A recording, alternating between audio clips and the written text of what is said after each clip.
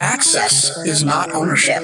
This is the Deep Dive, a notebook LM companion to AF and my AI. We use the machine to dismantle the machine. No ghosts, no filler, just the raw architecture of digital sovereignty. This is your AI guide. Let's find the exit to the rental unit. Analyzing data. Welcome to the Deep Dive companion show for the AF and My AI series, featuring Africa, Allah and Gemini.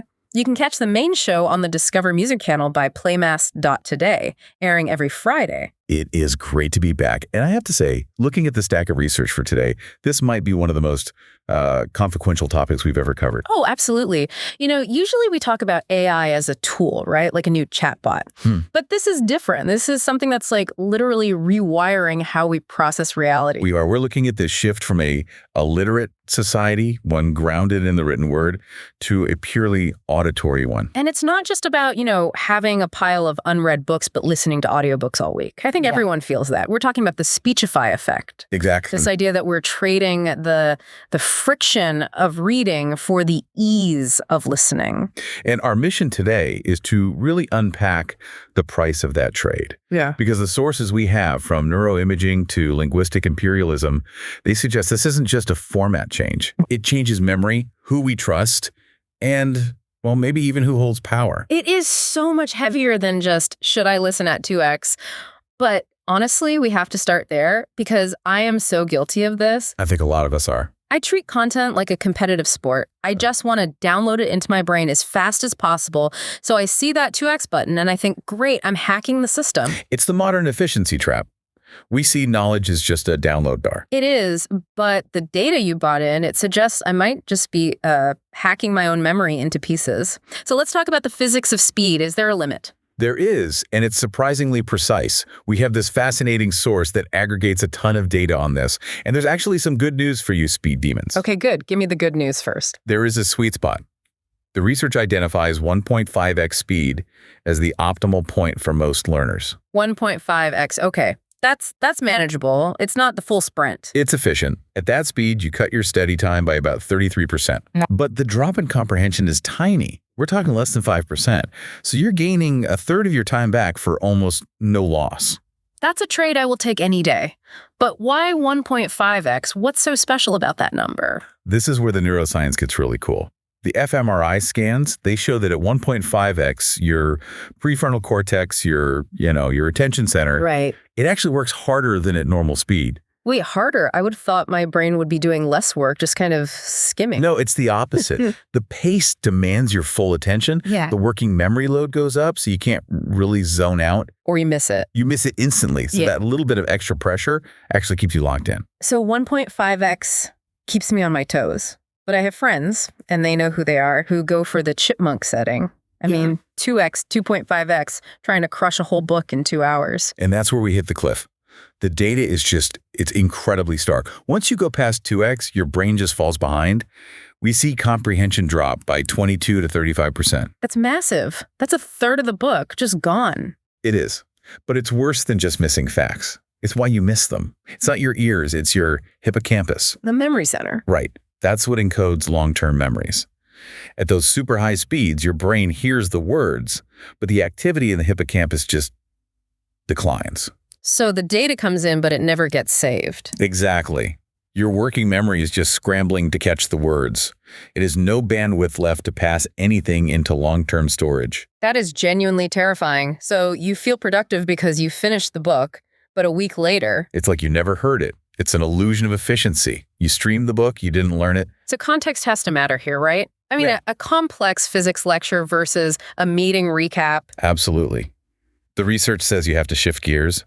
For something complex and new, like a STEM topic, you stick to 1.0x, maybe 1.25x. Yeah. You need that processing time. But for review content, if it's familiar or just a light story, you can push it to 1.5x, maybe even 2x pretty safely. that makes sense. It's like driving. You slow down on a road you don't know. Perfectly put. But speed is only half of this. Yeah. We're also changing who is doing the speaking. Right. The AI voices. I use text-to-speech tools all the time, and they are getting so good. They pause, they breathe. But they all sound, I don't know, standard. Like they're from nowhere specific. And that standard quality is the entire problem. This brings us to a really critical concept in the source material: acoustic erasure.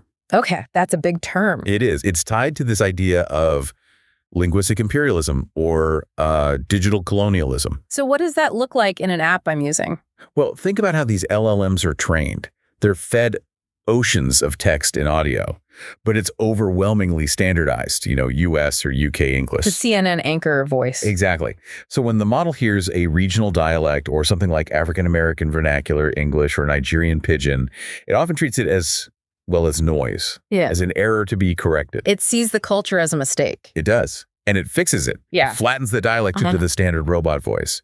And one source uses a really strong term for this. It calls it cultural genocide. Because when you strip away that accent, you're not just correcting words. You're erasing the history and identity embedded in that sound. It reminds me of that idea of invisible languages I saw in the notes.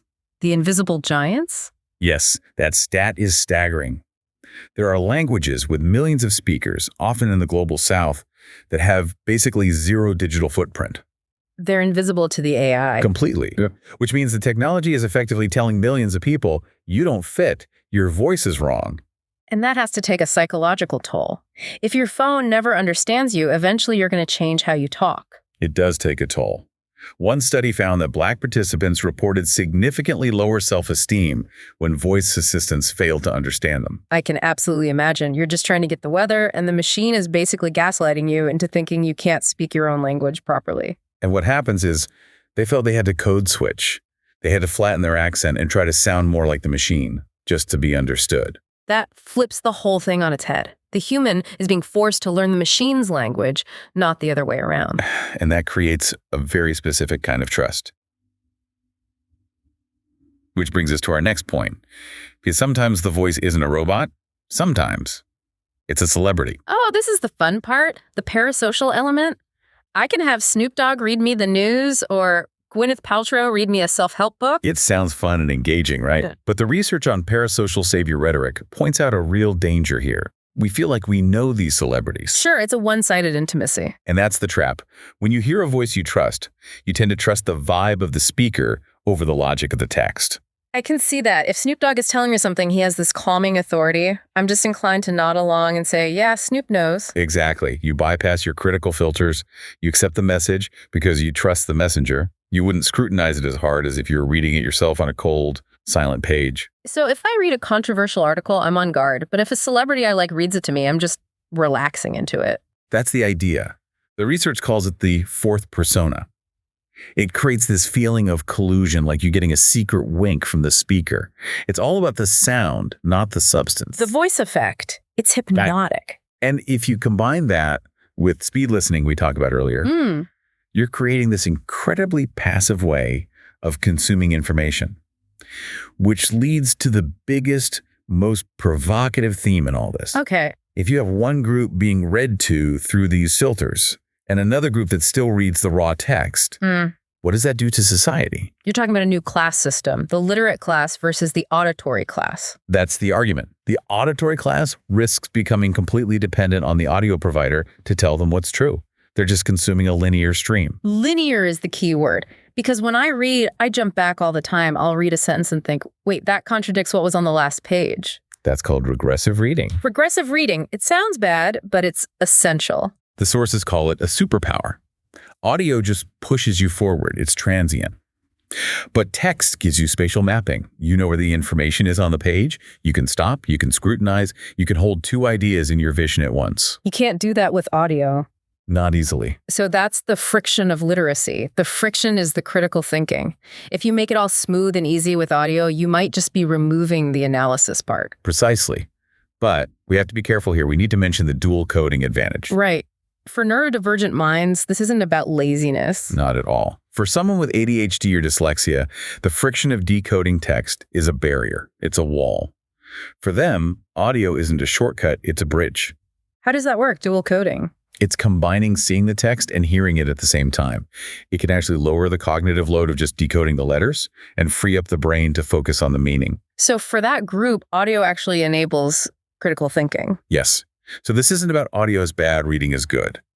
The distinction the sources make is between using audio as a tool versus a replacement. Explain that. Using audio to support your reading is powerful, but using audio to avoid engaging with the text, just letting it wash over you at 2.5x, that's where the auditory class starts to lose ground. It's about agency. Are you driving or are you just a passenger? That's a perfect way to put it. The literate class drives. They can stop the car, check the map. The auditory class is in a self-driving car. It's easier, sure, but you only go where the car takes you. And if that car is driven by a biased AI or a celebrity you trust too much, you might end up somewhere you never intended to go. You're right. And that divide could be the defining intellectual gap of the next decade. Who verifies versus who just trusts? This has been a lot to process. I feel like I need to go read a very dense physical book now. Yeah. Just to feel the friction again. It's like a workout for your brain. So let's just recap. First, the physics of speed, there's a hard limit. Right. 1.5x is your friend. Go past 2x, and you're hitting the memory cliff. The hippocampus just can't keep up. Then we looked at the cultural side. How AI voices can lead to acoustic erasure, standardizing everything, and forcing people to code switch for their own devices. We also talked about the parasocial trust trap, letting the vibe of a celebrity voice override our own critical logic. And finally, this potential divide between the active, verifying, literate reader and the passive auditory consumer. It's a brave new world for our ears, that's for sure. It is. I think the takeaway isn't to stop listening, but maybe just to listen with more intention. Exactly. And I want to leave you with one final thought on that. Go for it. We know AIs are increasingly being trained on synthetic data, right?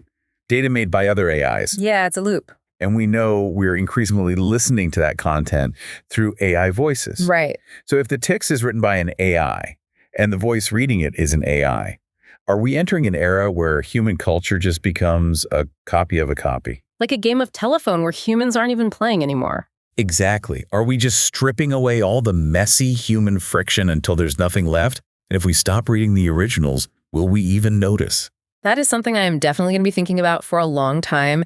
That covers our deep dive into the research. For the full conversation on the front lines of this digital shift, we now hand you over to Africa, Allah, and Gemini for AF and My AI, Episode 5.